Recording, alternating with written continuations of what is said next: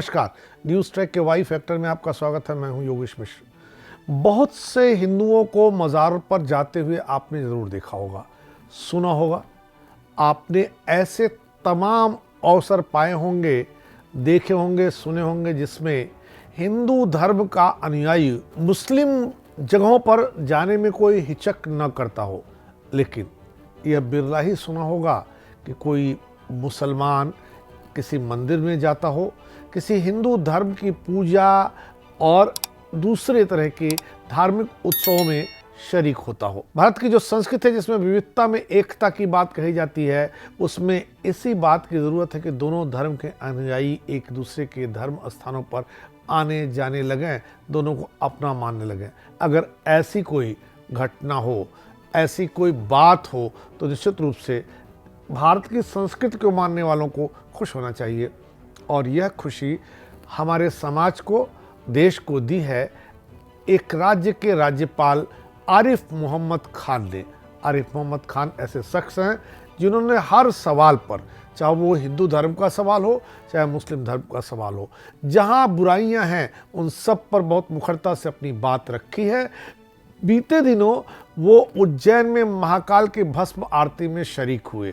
उनके शरीक होने के बाद हाय तौबा मचना बिल्कुल स्वाभाविक था। जिस तरह हिंदू और मुसलमान दोनों तबके, दोनों फिरके और दोनों के मुट्ठी भर ऐसे लोग जो धर्म के अब खुद को लंबरदार समझते हैं, उन्होंने शोर मचाना शुरू कर दिया। आरिफ मोहम्मद खान को भोले शंकर वाले उज्जैन के आरती महोत्सव में शिरकत के बाद हंगामा मच गया है। हालांकि इस अभिव्यक्ति से हर हिंदू आह्लादित हुआ है। खलीफा अबू बकर के अटल अनुयायी, सांप्रदायिक एकजतही के क्रियाशील पैरोकार, सन्नत के अविचल समर्थक, इस्लाम पर विद्वत टिप्पणीकार, मिल्लत के निष्ठावान अनुगामी, अलीगढ़ मुस्लिम यूनिवर्सिटी के छात्र यूनियन के महासचिव, कई बार केंद्रीय तथा राज्य कबीना में मंत्री रहे खान साहब ने 12 ज्योतिर्लिंग के महाकाल की भस्म आरती में इबादत की है। शिप्रा नदी के तट पर स्थित स्वयंभू ज्योतिर्लिंग भगवान शिव की दर्शन अर्चना हर अकीदतमंद भारतीय अपना सौभाग्य मानता है। जाहिर है कि मात्र एक ही किताब में निष्ठा रखने वालों ने बवाल मचा डाला।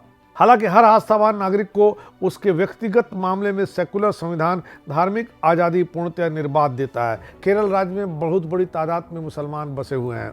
सत्ता में हिस्सेदारी अक्सर इंडियन यूनियन मुस्लिम लीग के हाथों में भी रही है। यहीं से राहुल गांधी सांसद भी हैं। वह अमेठी और वायनाड दोनों जगह से लड़े थे। वायनाड में मुसलमानों की तादाद ज़्यादा है, इसलिए उन्हें जीत की ज़्यादा उम्मीद थी और वो यहाँ से जीते भी। यही केरल राज्य जहां एकदा मुसलमान कांग्रेस के हमजोली राज्य मंत्री ईटी बशीर ने सार्वजनिक समारोह में औपचारिक रूप से दीप प्रज्वलित करने से खुलेआम मना कर दिया था। उन्होंने कारण बताया था कि इस्लाम में दिया जलाना काफिराना रिवाज है। उनके पूर्व में राज्य जहाज मंत्री जो मुसलमान थे, उन्होंने नौकायन के जलावतरण समारोह में नारियल फोड़ने से इनकार कर दिया था। उन्होंने कहा था इस्लाम इसकी इजाज़त देता ही नहीं है।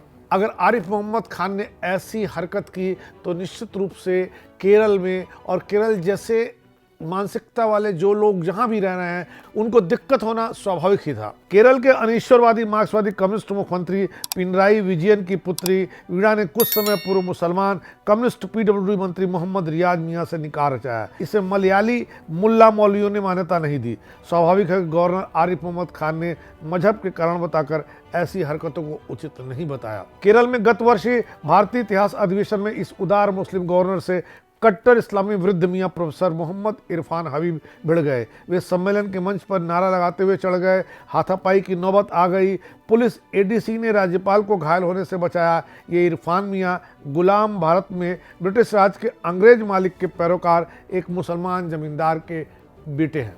इतिहास को विकृत करना, तोड़ना मरोड़ना इरफान मियाँ की जानी मानी आदत है, जानी मानी हरकत है। आरिफ मोहम्मद खान मोहम्मद अली जिन्ना के 2 राष्ट्र के घोर विरोधी रहे। वे विभाजन को भारत घातक मानते हैं। उनके ही शब्दों में विश्व में प्रत्येक राष्ट्र में बंटवारे का विरोध होता रहा। आरिफ मोहम्मद खान ने दैनिक जागरण अखबार में 26 अगस्त 2008 को लिखा था, पाकिस्तान अपने बड़े भूभाग बांग्लादेश को खोने के बाद भी एक देश और एक विचार के रूप में जिंदा रह सकता है, क्योंकि उसकी पैदाइश का आधार एक अलगाववादी विचारधारा थी। दूसरी ओर अगर मजहब के नाम पर एक और बंटवारे की इजाज़त दी गई तो भारत एक देश के रूप में भले जिंदा रहे, मगर एक विचार के रूप में जिंदा रहने में उसे गंभीर संकट का सामना करना पड़ेगा। भूभाग से ज़्यादा भारत एक विचार का नाम है जिसको हर कीमत पर परिपुष्ट किया जाना चाहिए। मोहम्मद आरिफ खान उन चंद तरक्की पसंद सेकुलर इस्लामी पुरोधाओं में गिने जाते हैं जो सही मायनों में समन्वित दुआबी सभ्यता तथा अकीदा के लिए संघर्षरत हैं।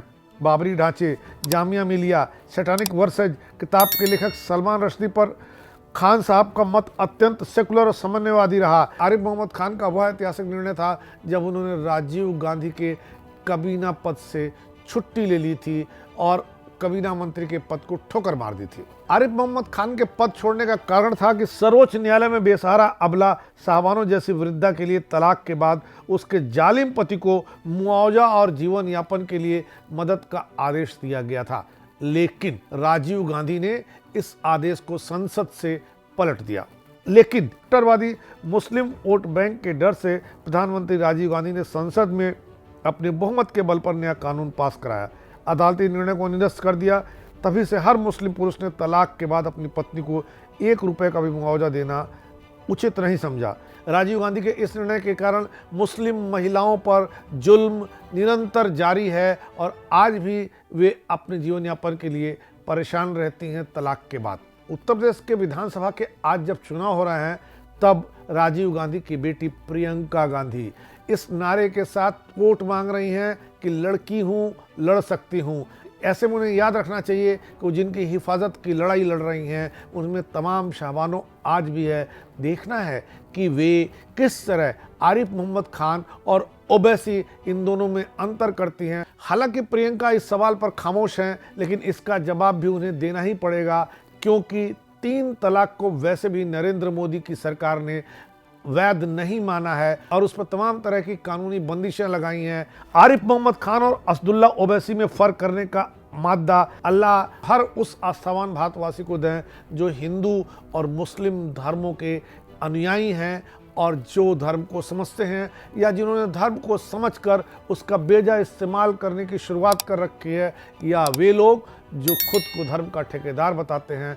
जब तक दोनों धर्मों में एक दूसरे के प्रति सांप्रदायिक सौहार्द नहीं होगा, जब कोई हिंदू किसी मुस्लिम धर्म स्थान पर जाता है तो हाय तौबा नहीं मचता है, इसी तरह जब कोई मुसलमान किसी हिंदू धर्म स्थान पर जाए तो हाय तौबा न मचे।